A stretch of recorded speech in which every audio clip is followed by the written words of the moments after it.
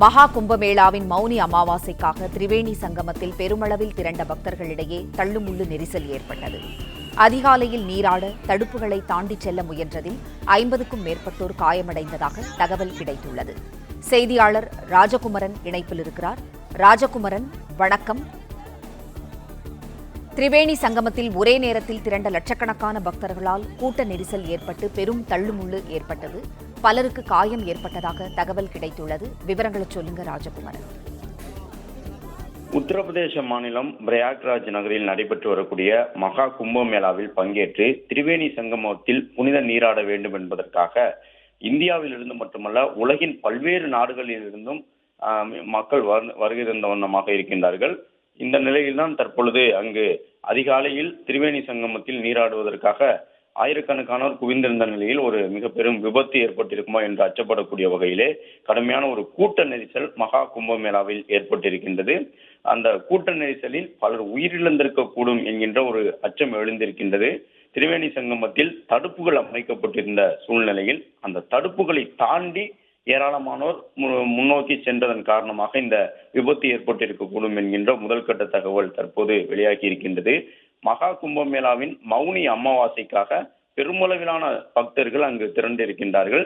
அதிகாலையில் நீராடுவதற்காக அந்த தடுப்புகளை தாண்டி செல்ல முயற்சித்த பொழுதுதான் பலர் உயிரிழந்திருக்கக்கூடும் என்கின்ற ஒரு அச்சம் ஏற்பட்டிருக்கின்றது. படுகாயத்தோடு இருக்கக்கூடிய 100க்கும் மேற்பட்டோர் தற்போது மீட்கப்பட்டிருக்கின்றார்கள். உத்தரப்பிரதேச மாநிலத்தினுடைய முதலமைச்சரிடம் பிரதமர் நரேந்திர மோடி தற்போது தொலைபேசி மூலமாக அங்கு ஏற்பட்டிருக்கக்கூடிய அந்த மிக பெரும் விபத்து, அவற்றில் சிக்கியிருப்பவர்களை மீட்டு உடனடியாக அவர்களுக்கு வழங்கப்பட்டு வரக்கூடிய சிகிச்சை முறைகள் தொடர்பாக பிரதமர் நரேந்திர மோடி அந்த மாநிலத்தின் முதலமைச்சர் யோகி ஆதித்யநாத்துடன் பேசியிருக்கின்றார். மகா கும்பமேளா நெரிசலில் காயமடைந்தவர்களுக்கு உரிய உதவிகளை செய்து உடனடியாக காயமடைந்தவர்களை மீட்டு வர வேண்டும் என்கின்ற ஒரு அறிவுறுத்தலும் வழங்கப்பட்டிருக்கின்றது.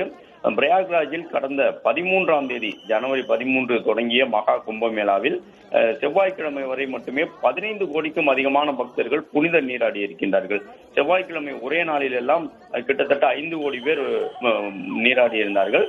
அந்த மௌனி அமாவாசை உள்ளிட்டவற்றை எல்லாம் முன்னிட்டு தொடர்ச்சியாக அதிக அளவிலான பக்தர்கள் அந்த புனித நீராடுவதற்காக வந்து கொண்டிருக்கக்கூடிய சூழலில் தான் அரசின் சார்பில் பெருமளவில் ஏற்பாடுகள் செய்யப்பட்டிருக்கக்கூடிய சூழ்நிலையிலும் கடந்த ஞாயிற்றுக்கிழமை முதல் பக்தர்களின் எண்ணிக்கை தொடர்ந்து அதிகரித்த வண்ணமாகவே இருக்கின்றது.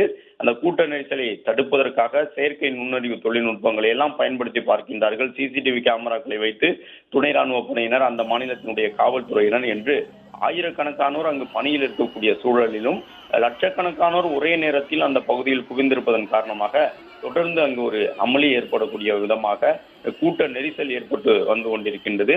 கும்பமேளா பகுதியிலே வாகன போக்குவரத்துக்கு தடை விதிக்கப்பட்டு அந்த பிரயாக்ராஜ் நகரத்தினுடைய உள்ளூர் மக்கள் பயணிப்பதற்கு கூட பல கட்டுப்பாடுகள் இருக்கின்றன.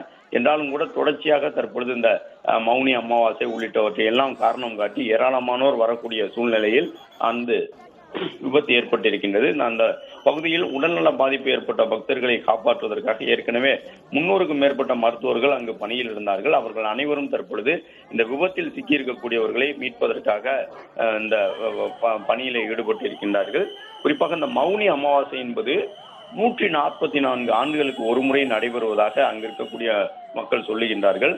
மகா கும்பமேளாவிலே 6 நாட்கள் புனித நீராடுவதற்கு மிகவும் சிறப்புக்குரியதாக அறியப்படுகின்றது. இந்த மௌனி அமாவாசையை முன்னிட்டு ஏற்கனவே இந்த பௌஷ பௌர்ணமி, மகர சங்கராந்தி, மௌனி அமாவாசை, வசந்த பஞ்சமி, மகா சிவராத்திரி என்ற 6 நாட்களிலே பல்வேறு பகுதிகளில் இருந்தும் துறவிகள், சாதுக்கள், கல்பவாசிகள் ஊர்வலமாக வந்து திரிவேணி சங்கமத்திலே புனித நீராடுவார்கள். இந்த 6 புனித நாட்களிலே மௌனி அமாவாசை என்பது மிகவும் மங்களகரமானது என கூறப்படுகின்றது. குறிப்பாக துறவிகளின் அமாவாசை என்று இந்த மௌனி அமாவாசை நாளை குறிப்பிடுவார்கள். அந்த அளவு பிரபஞ்சம் உருவானது என்றும் இந்த நாளில் தான் மௌனி அமாவாசையின் பொழுதுதான் பிரபஞ்சம் உருவானது என்கின்ற ஒரு நம்பிக்கையின் அடிப்படையில் புனித நதிகளில் நீர் அமிர்தமாக மாறும் என்று நம்பப்படுகின்றது. அந்த நம்பிக்கையோடு தான் ஆயிரக்கணக்கான மக்கள் இன்று அங்கு நீராடுவதற்காக குவிந்திருந்தார்கள். ஏற்கனவே இது போன்ற ஒரு கூட்ட நெரிசல் ஏற்பட்டுவிடும் என்பதால் தான் காவல்துறையினர் சிசிடிவி மூலம், ஏஐ தொழில்நுட்பத்தின் மூலம் தொடர்ச்சியாக அந்த பிரயாக்ராஜ் நகரம் முழுவதும் காவல் வலயத்திலே கண்காணிப்பில் கொண்டு வந்திருக்கின்றார்கள். அப்படி இருந்தும் இந்த மகா கும்பமேளா நடைபெறக்கூடிய 45 நாட்களில் மிகவும் புனிதமான நாளாக பார்க்கப்படக்கூடிய இந்த மௌனி அமாவாசை நாளிலே இந்த மிக பெரும் விபத்து ஏற்பட்டிருக்கின்றது. நிறைய பேர் பாதிக்கப்பட்டிருக்கின்றார்கள். உயிரிழப்பு எண்ணிக்கை அதிகரிக்கக்கூடும் என்கின்ற ஒரு அச்சம் எழுந்திருக்கின்றது. இந்த மகா கும்பமேளாவினுடைய மௌனி அமாவாசை நீராடலுக்காக வந்த பக்தர்களிடையே தள்ளுமுள்ளு ஏற்பட்டு 100க்கும் மேற்பட்டோர் காயமடைந்திருக்கின்றார்கள். உடனடியாக அவர்களை மீட்டு அருகில் இருக்கக்கூடிய அந்த முதலுதவி சிகிச்சை மையங்களுக்கு அழைத்து செல்லக்கூடிய பணிகளிலே ஈடுபட்டிருக்கின்றார்கள்.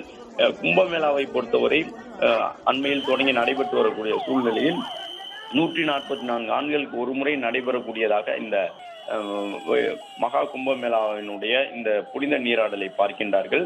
இந்த அடிப்படையில் தான் இந்த துறவிகளின் அமாவாசை என்று குறிப்பிடக்கூடிய விதமாக இருக்கும். மௌனி அமாவாசை நாளில் பிரபஞ்சம் உருவானது என்றும் புனித நதிகளின் நீர் அமிர்தமாக மாறும் என்றும் நம்புவதால் இந்த நாளில் கும்பமேளாவில் பங்கேற்று அந்த மௌனி அமாவாசையில் நீராடுவதை மிக முக்கியமாக கருதக்கூடிய சூழ்நிலையில் தான் இந்த ஒரு விபத்து ஏற்பட்டிருக்கின்றது. பிரதமர் உள்ளிட்டவர்கள் தற்பொழுது அந்த மாநிலத்தினுடைய முதலமைச்சரை தொடர்பு கொண்டு பேசியிருக்கின்றார்கள். உயிரிழப்பு எண்ணிக்கை தொடர்பான விவரங்கள் மாநிலத்தின் அரசு மூலமாக அறிவிப்பு செய்யப்பட வேண்டும். அதே நேரம் தற்பொழுது 100கணக்கானோர் காயமடைந்திருக்கின்றார்கள். பெருமளவில் இது ஒரு விபத்தாக மாறி இருப்பதால் உயிரிழப்பு எண்ணிக்கை தொடர்பாக அந்த மாநிலத்தினுடைய அரசு இன்னும் சற்று நேரத்தில் அதிகாரப்பூர்வமாக தெரிவிக்கும் என்று எதிர்பார்க்கப்படுகின்றது.